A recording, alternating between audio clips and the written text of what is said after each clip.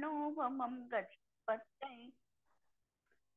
वोच्छामि समयपाहुड मिनमो सुध केवली भणिदं नमः समयसाराय स्वानुभूत्या चकासते चिस्वभावाय भावाय सर्वभावांतरच्छिदे। अंतिम शासन नायक 1008 भगवान महावीर स्वामी की जय। द्वादशांग श्रुत देवी की जय। स्वाध्याय कक्ष संपेपर्यंत आपणा सर्वांना चतुर्विध आहाराचा त्याग असणार आहे। समयसार ग्रंथ आपण बघतो आहे आणि बंधाधिकारामध्ये आमची चर्चा सुरू आहे। भव्य आणि अभव्य जीवांना कशा प्रकारे मोक्ष मार्ग आहे। अभव्यांना मोक्ष मार्गामध्ये गतीच नाही, जो भव्य आहे हा मात्र मोक्ष मार्गारूढ होऊ शकतो। अभव्याच्या जीवनामध्ये आगमज्ञान आहे, त्याला तत्वार्थ श्रद्धा व्यवहार नयानी आहे, जिनागम कथित आचरण पण आहे। हे सगळं अभव्य जीवांच्या जीवनात असताना सुद्धा त्याच्या जीवनात मिथ्यात्वादी कर्म आणि अनंतानुबंधी चार यांचा उपशम क्षय किंवा क्षयक्षम असत नाही, होऊ शकत नाही, त्याची ती पात्रता नाही।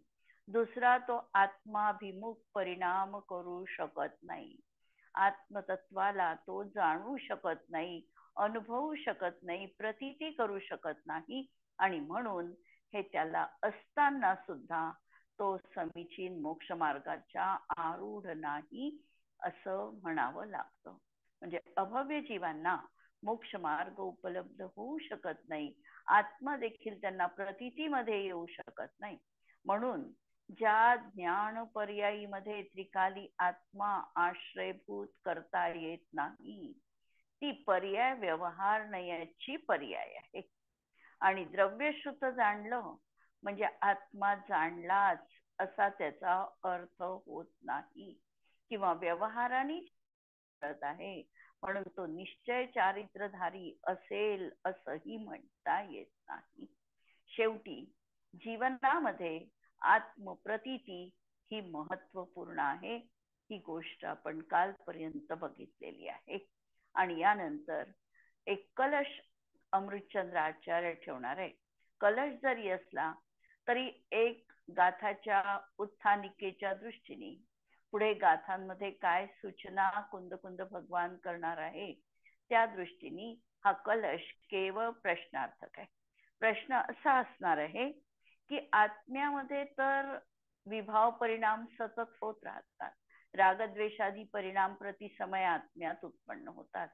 या रागादी परिणामांचं निमित्त कारण काय, करता कोण, हा प्रश्न या ठिकाणी या कलशामध्ये आचार्य अमृतचंद्रांनी उपस्थित केलेला आहे। आणि त्याच्या समाधानार्थ मग दोन गाथा कुंद आचार्यांच्या येणार आहे। कलश 174 नंबरचा। रागादयो बंध निदान मुक्ता ते शुद्ध चिन्मात्र महोतिरिक्ता आत्मा परो वा किमुति निमित्तम इति प्रपुन्ना पुनरेव माहु। शिष्य पुनश्च प्रश्न करतो आणि हा शिष्य कसा आहे, खऱ्या अर्थाने तो जिज्ञासू आहे। केवळ शंकेसाठी शंका, केवळ वादविवादासाठी शंका हा त्याचा अभिप्राय नसून खऱ्या अर्थाने त्याच्या अंतरंगामध्ये जिज्ञासा उत्पन्न झालेली आहे। आणि म्हणून प्रपुन्ना हे शब्द आचार्यांनी ठेवले की तो विनम्र होऊन गुरुला कसा प्रश्न विचारायचा हे ज्यांनी बरोबर समजलं आहे, जो विनम्रपणे गुरुंना अभिवादन करून आपला प्रश्न त्यांच्या समोर विचारत आहे। म्हणून शिष्य पुनश्च प्रश्न करतो की रागाधिक भाव हे बंधाला कारणीभूत सांगितलेले आहे। आतापर्यंत प्रकरण आम्ही बघितलं की रागद्वेष मोह परिणाम यामुळे जीवाला बंध होतो, बाह्य गोष्टी बंधाचं कारण नाही। आणि ते शुद्ध चैतन्य मात्र तेजापासून भिन्न आहे। आणि राग आणि ज्ञान किंवा राग आणि चेतना यामध्ये देखील फरक आहे. आणि तरी त्याच्या या रागाच्या उत्पत्तीमध्ये नेमकं कारण काय आहे? म्हणून रागाच्या उत्पत्तीमध्ये आत्मा निमित्त कारण आहे की दुसरा कोणी आहे? जर आम्ही म्हटलं की आत्म्याच्याच निमित्ताने त्याच्यामध्ये रागद्वेष झाले, तर सिद्ध भगवंतांनाही त्यांचं स्वतःच निमित्त कारण मिळून त्यांच्यामध्ये राग व्हायला हवा होता. पण अशी गोष्ट तर आम्हाला दिसत नाही. म्हणून रागाचं निमित्त कारण आत्मा नाही. मग रागाचं निमित्त कारण कोण आहे? नेमकं कशामुळे जीवाला राग येतो? असा प्रश्न जिज्ञासापोटी शिष्यानी गुरुला केलेला आहे. यावर पंडित बनारसजी दासजी लिहितात की जे जे मोह कर्म की परिणती बंध निदान कही तुम सब. जी जी मोह कर्माची परिणती आहे, जो जो कर्मोदय जन्य विकार परिणाम होतो आहे, हा सगळा बंध निदान कही बंधाला कारणीभूत आहे. संतत भिन्न शुद्ध चेतन सो तिनको मूल हेतू कहूं अब. हा जो शुद्ध चेतन आत्मा आहे, हा त्याचा मूळ हेतू आहे का हे सांगा. काही सहज यह जीव को कौतुक के निमित्त है पुद्गल द्रव्य. की या जीवाला असा हा राग रूप परिणाम होण्यास पुद्गल द्रव्याचं निमित्त कारण आहे का? शीस नवाई शिष्य इम पूछत कहे सुगुरु उत्तर सुन भब्ब. शीस नवाई, अत्यंत विनम्रपणे शिष्यानी हा प्रश्न विचारलेला आहे की यामध्ये काय नेमकं आहे? राग जीवाला होतो आहे, तो राग स्वतःच्याच निमित्ताने होतो आहे का, की या रागामध्ये कोणतं दुसरं परकारण आहे की ज्याच्यामुळे जीवाला राग येतो आहे? आणि हे सांगितल्यानंतर याच्या उत्तरादाखल 2 गाथा कुंद आचार्य या ठिकाणी सांगत आहे. गाथा 278 आणि 279 नंबरची. जह फलिह मणि शुद्धो न स्वयं परिणमदि राग मादीहिम राइज्जति अन्येहिम दुसो रागादिहि दोषेहिम. एवं नाणी शुद्धो न स्वयं परिणमदि रागमादीहिम राइज्जति अन्येहिम दुसो रागादिहिम दोषेहिम. आचार्यांची वैशिष्ट्यपूर्ण कला ही राहिलेली आहे की प्रथमतः ते व्यावहारिक उदाहरण सांगतात आणि व्यावहारिक उदाहरण सांगून तीच गोष्ट आम्हाला त्या आत्मद्रव्यावर घटित करून आचार्य दाखवितात. म्हणून पहिल्यांदा दृष्टांत आणि दृष्टांतावरून सिद्धांत हा कुंद आचार्यांचा क्रम आम्हाला समयसार मध्ये पाहायला मिळतो. या ठिकाणी पहिल्यांदा दृष्टांत हा दिला की ज्याप्रमाणे फलीय मणी म्हणजे स्फटिक मणी शुद्धो. स्फटिक मणी जर आम्ही पाहला तर तो पांढऱ्या शुभ्र वर्णाचा आहे. त्याच्यामध्ये राग वगैरे कालिमा वगैरे किट्टिमा किंवा लाल रंग हा आम्हाला दिसत नाही. तो स्वयं स्वभावानी शुद्ध आहे. पण असं असताना रागमादिहिम स्वयं न परिणमती, तो राग वगैरे रूपानी स्वयं परिणमित होत नाही. जर तो एकटा एकाकी आहे तर तो आहे तसा ऍज इट इज पांढरा शुभ्र असा स्फटिक मणी त्या ठिकाणी लाल आदी रंगरूपाने परिणत झालेला आम्हाला दिसत नाही. परंतु अन्येहिम रागादिहिम दोषेहिम रागिज्जती राइज्जती. परंतु अन्य दुसऱ्या काळा लाल वगैरे द्रव्यांनी लाल वगैरे रंगरूपाने परिणत होतो. पण त्याच स्फटिकाला थोडाही आम्ही डाग दिला किंवा त्याच्या मागे जपापुष्पासारखं कुसुम ठेवलं, लाल वर्णाचं जपापुष्प असं ठेवलं तर तो स्फटिक लाल झालेला आम्हाला दिसतो. स्वयं स्वभावानी शुद्ध आहे, परंतु असं असताना देखील स्वभावानी तो रंगरूप परिणत होत नाही. पण त्याच्या संपर्कात एखादा लाल पुष्प आलं तर मात्र त्याच्या माध्यमातून तो स्फटिक लाल रंगरूपाने परिणत झालेला दिसतो. त्याप्रमाणे नाणी सुद्धा ज्ञानी जीव जो आहे हा स्वयं स्वभावानी शुद्ध आहे. हा रागादी विकारांनी स्वयमेव परिणमित नाही. जर त्याला कोणतंही निमित्त कारण मिळालं नाही तर हा राग रूपाने परिणत होणार नाही, कारण हा स्वयं शुद्ध स्वरूपाचा आहे. तो स्फटिक मणी ज्याप्रमाणे स्वभावाने शुभ्र वर्णाचा आहे, त्याप्रमाणे हा आत्मा देखील स्वभावाने स्वयं शुद्ध स्वरूप आहे.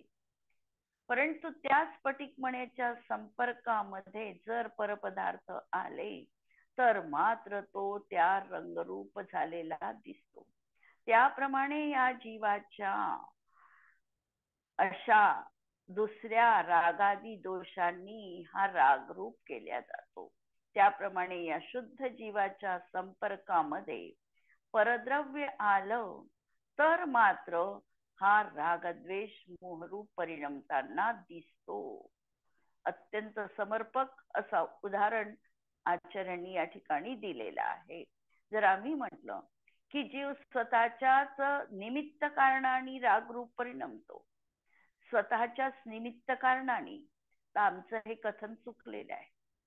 कारण कार्य होत असताना दोन कारण तिथे मिनिमम 5 कारणांचा आहे ते समवाय, पण या ठिकाणी लावताना निमित्त कारण आणि उपादान कारण दोन कारणांची समग्रता असावी लागते. जर जीव आपल्या निमित्त कारणानेच रागरूप परिणमला आणि आपल्याच उपादानाने रागरूप परिणमला तर असं म्हणता येत नाही. जीव स्वयं परिणमनशील आहे आणि त्यामध्ये परसंपर्काने विभारूप परिणमण्याची योग्यता आहे. म्हणून परद्रव्य हे निमित्त कारण आहे आणि त्या समयात जीवाची त्या पर्याय रूपाने परिणमण्याची निज उपादानगत योग्यता आहे. म्हणून हे कार्य अशा तऱ्हेने आम्हाला संपन्न झालेलं दिसतं. स्फटिक मण्याचं जर आम्ही उदाहरण घेतलं तर स्फटिक स्वयं परिणमनशील द्रव्य आहे.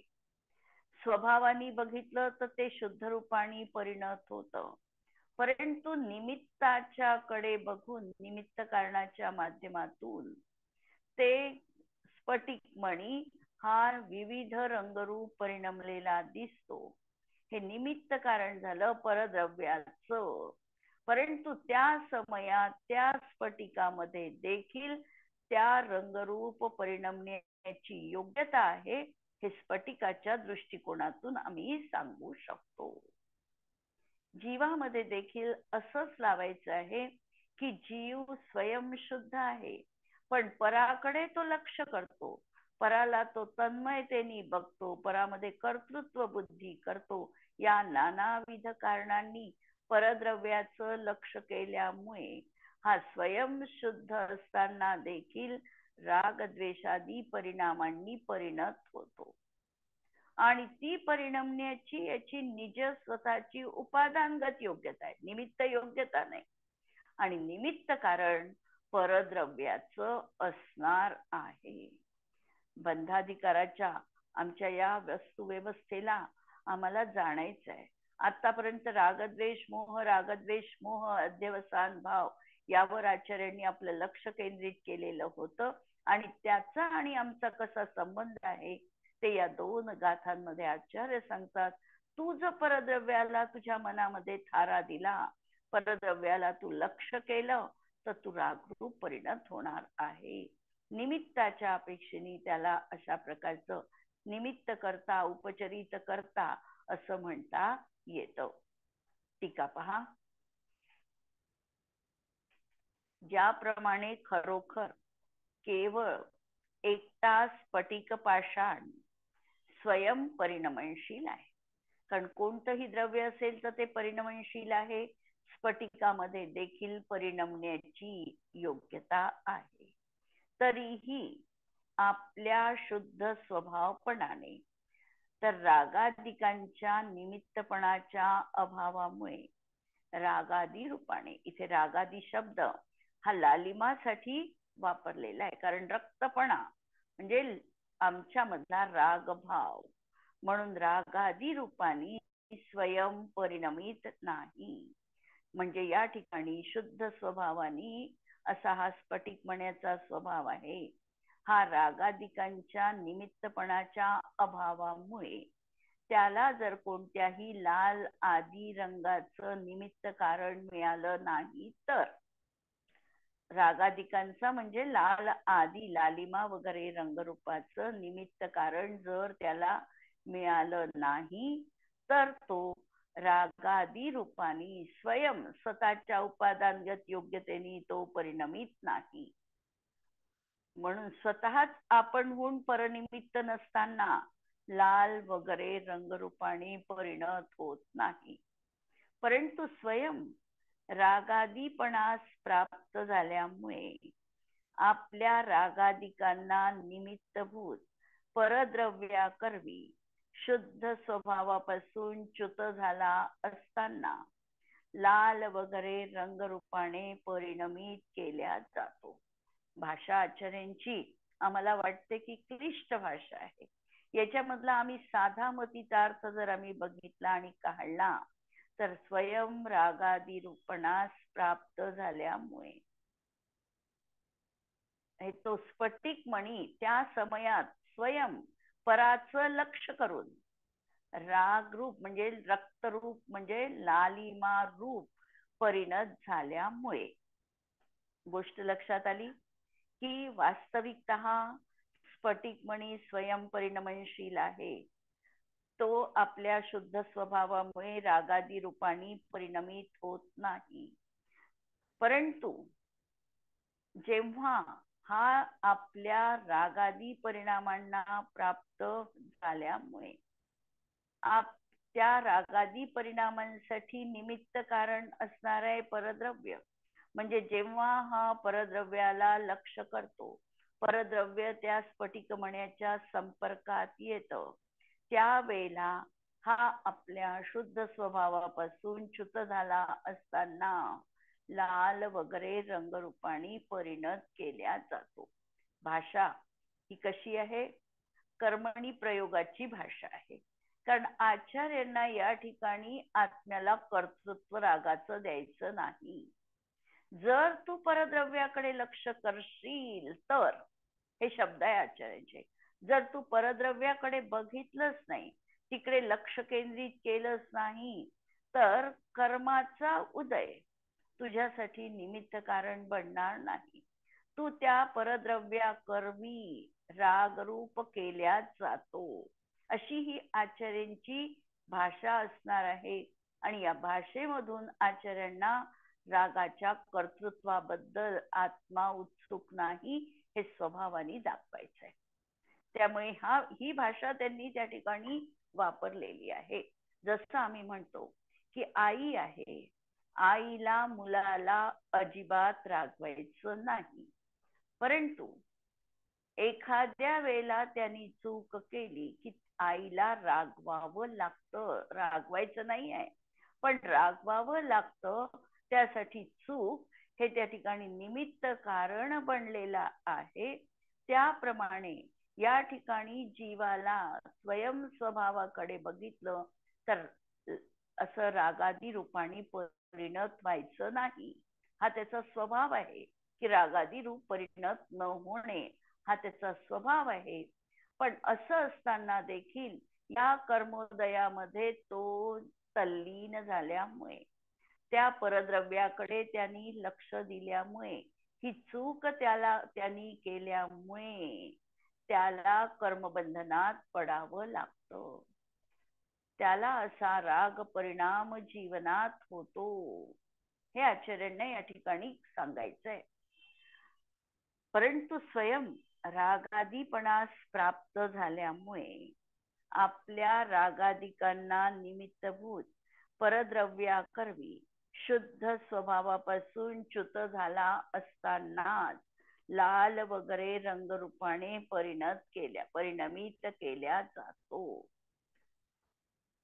त्याप्रमाणे खरोखर केवळ एकटा आत्मा स्वयं परिणमनशील आहे. तो स्वभावाने परिणमनशील आहे. तो एकटा असेल तरीही तो परिणमनशील आहे. तरीही आपल्या शुद्ध स्वभावपणाने तर तो रागादिकांचे निमित्त नाही. त्या स्वभाव अपेक्षेने बघितलं तर तो रागांचं निमित्त कारण नाही. म्हणून स्वयमेव रागादिकांनी परिणत होत नाही.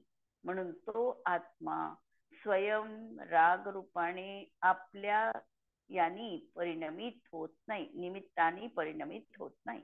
म्हणजे स्वयं स्वभावाने आपल्या रागादी भावांना निमित्त नाही, परंतु आपल्या रागादिकांना निमित्तभूत परद्रव्या करवी स्वयं रागादी भावास प्राप्त झाल्यामुळे शुद्ध स्वभावापासून च्युत झाला असताना जेव्हा तो आपल्या स्वभावापासून च्युत होतो आणि परद्रव्याकडे लक्ष केंद्रित करतो, त्यावेळेला मात्र परद्रव्यांकडून निमित्त कारणाने तो रागरूप झाला असं कथन केल्या जातं.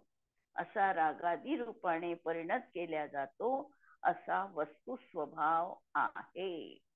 थोडक्यात या पॅरेग्राफ मध्ये आचार्यांना हे सांगायचंय की रागाचा निमित्त करता आत्मा नाही. भलाई त्याची उपादानगत योग्यता आहे. स्फटिकाचं उदाहरणच आम्ही थोडं वेगळ्या तऱ्हेने बघितलं तर स्फटिकाच्या मागे जपापुष्प ठेवल्यानंतर स्फटिक लाल रूपाने परिणमतं.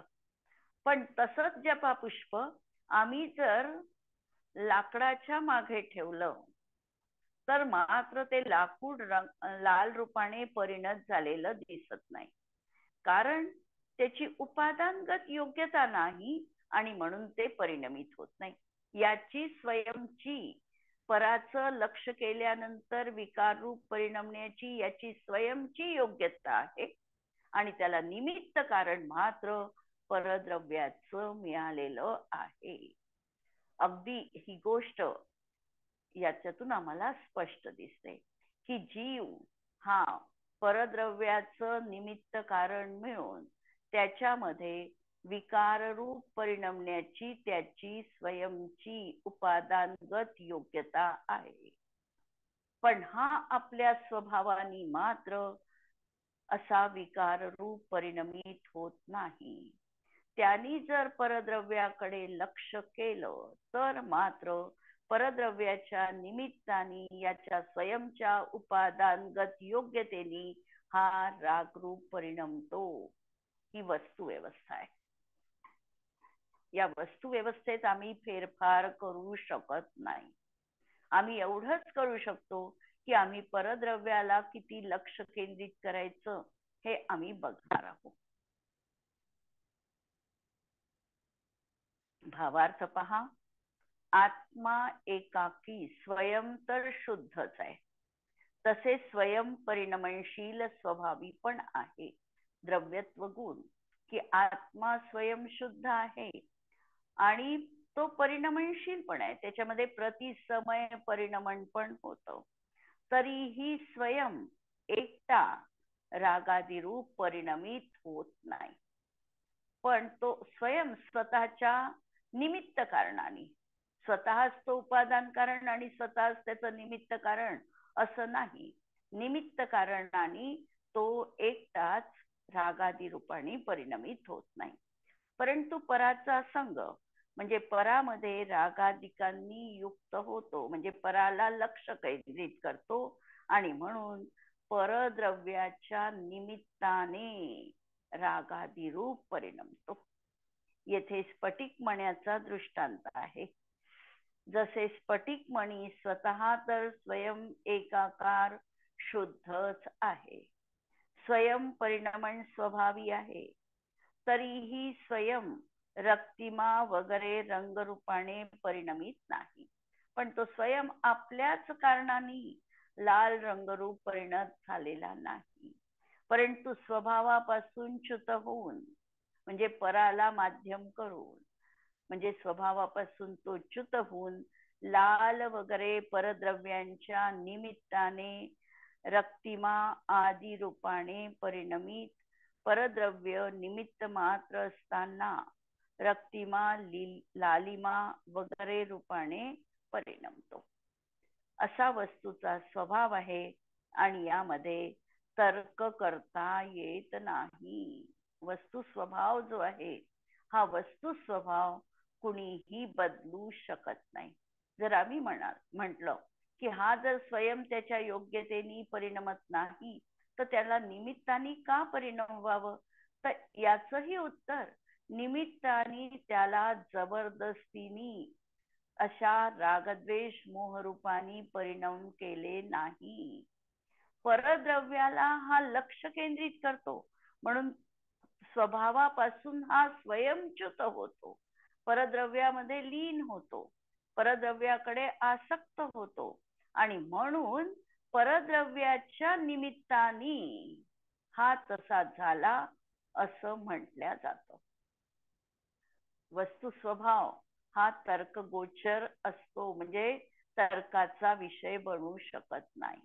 आणि हे भगवंतांचं वचन आहे आणि भगवंतांच्या दिव्यध्वनीमध्ये आम्हाला त्यांनी जे सांगितलेलं आहे तशी आम्हाला श्रद्धा करायची आहे. आम्हाला काय वाटतं त्यानुसार आम्हाला श्रद्धा बनवायची नाही. कारण हे जे तत्वज्ञान आमच्या पर्यंत आलेलं आहे ते आप्तोपज्ञम आप्तांनी सांगितलेलं आहे.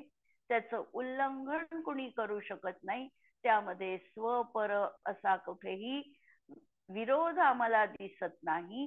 प्रत्यक्ष आणि परोक्ष प्रमाणाने जे तत्व स्वतःसिद्ध रीतीने प्रसिद्ध आहे आणि म्हणून इथे आमच्या तर्काला आम्हाला कुठेही थारा द्यायचा नाही. व्यक्ती भावनेनी आणि तर्कानी बुद्धीनी दोन तऱ्हेने विचार करते. आज आम्ही भावनेला कमी लेखतो आणि बुद्धीला प्राधान्य देऊन म्हणतो हे असं होणं नाही. पण या ठिकाणी हे सांगतात की वस्तुतत्व हे असं आहे की तू स्वयं तुझ्या योग्यतेनी तुझ्या उपादानगत योग्यतेनी तू विकार रूप परिणमला नाही. तूच तुझं उपादान कारण आणि तूच तुझं निमित्त कारण असं असत नाही. उपादान कारण तू स्वयं आहे आणि परद्रव्य हे निमित्त कारण आहे आणि परद्रव्याचं निमित्त असतानाच जीव विकार रूप परिणमताना दिसतो आणि म्हणून परद्रव्यानी जीवाला विकारी केलं असं कथन उपचारांनी करण्यात येतं. परंतु तिथेही आम्हाला महत्वपूर्ण हे समजायचं आहे की कर्म जबरदस्तीने जीवाला तू राग कर असं बाध्य करत नाही. हा तिकडे लक्ष केंद्रित करतो आणि म्हणून त्याच्या लक्षाने हा रागरूप परिणमतो.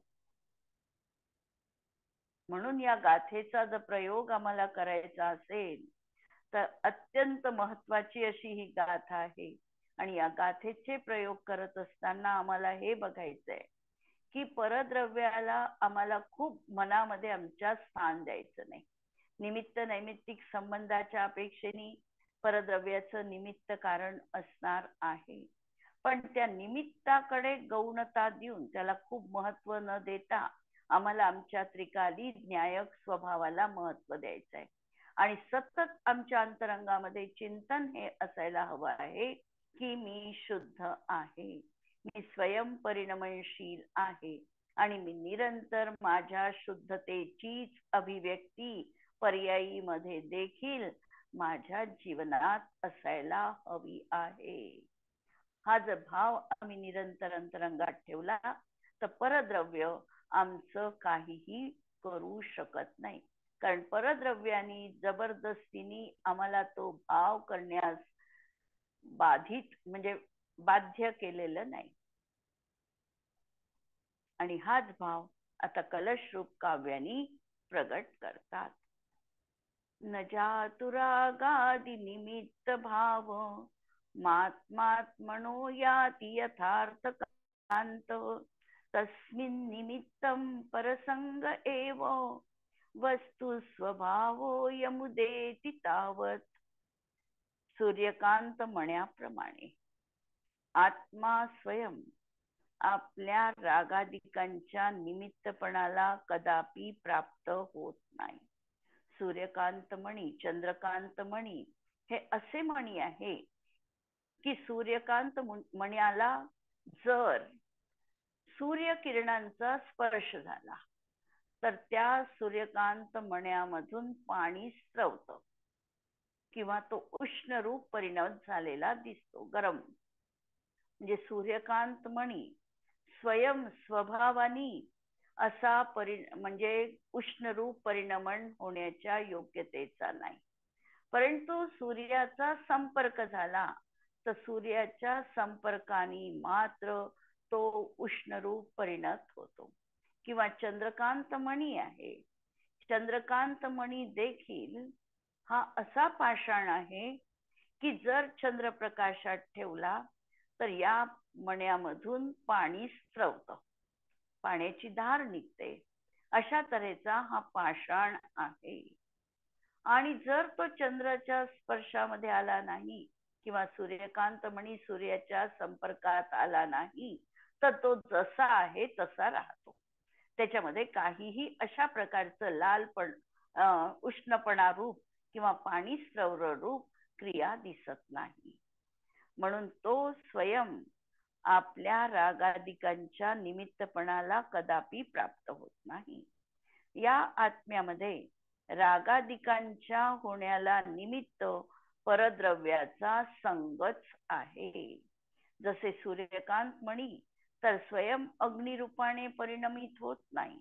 त्याचा अग्निरूप होण्यास सूर्यबिंब निमित्त कारण आहे. त्याप्रमाणे वस्तूचा स्वभाव स्वयमेव उदित प्रगट होतो, कोणी केलेला मात्र नाही. असा हा वस्तूचा स्वभाव आहे. आता जर कोणी म्हटलं की सूर्यकांत मण्याचा असाच स्वभाव का, तर त्याला आम्ही उत्तर देऊ शकत नाही. चंद्रकांत मण्याचा स्वभाव असाच का, त्याला उत्तर नाही. किंवा सिद्धांतामध्ये अनेक तऱ्हेचे असे रत्न आहे. जसं गरुड मण्याचं रत्न आहे.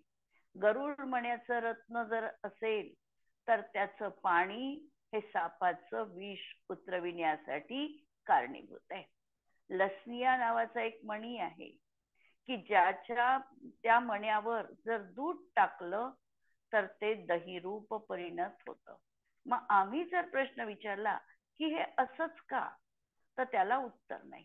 कारण तो स्वभाव आहे आणि स्वभाव हा तर्कगोचर नसतो. तिथे आमची बुद्धी चालत नाही. तो स्वभाव आहे म्हणून आम्हाला स्वीकार करावा लागतो. पुढचं प्रकरण उद्याला बघू. जिनवाणी के ज्ञान ते सुझे लोकालो, सो जिनवाणी मस्तक नमो सदा देत हो. नमो अरिहंताणम नमो सिद्धाणम नमो आयर्याणम नमो वच्छायाणम नमो लोए सव्वसाहुणम. सर्वांना जय जिनेंद्र.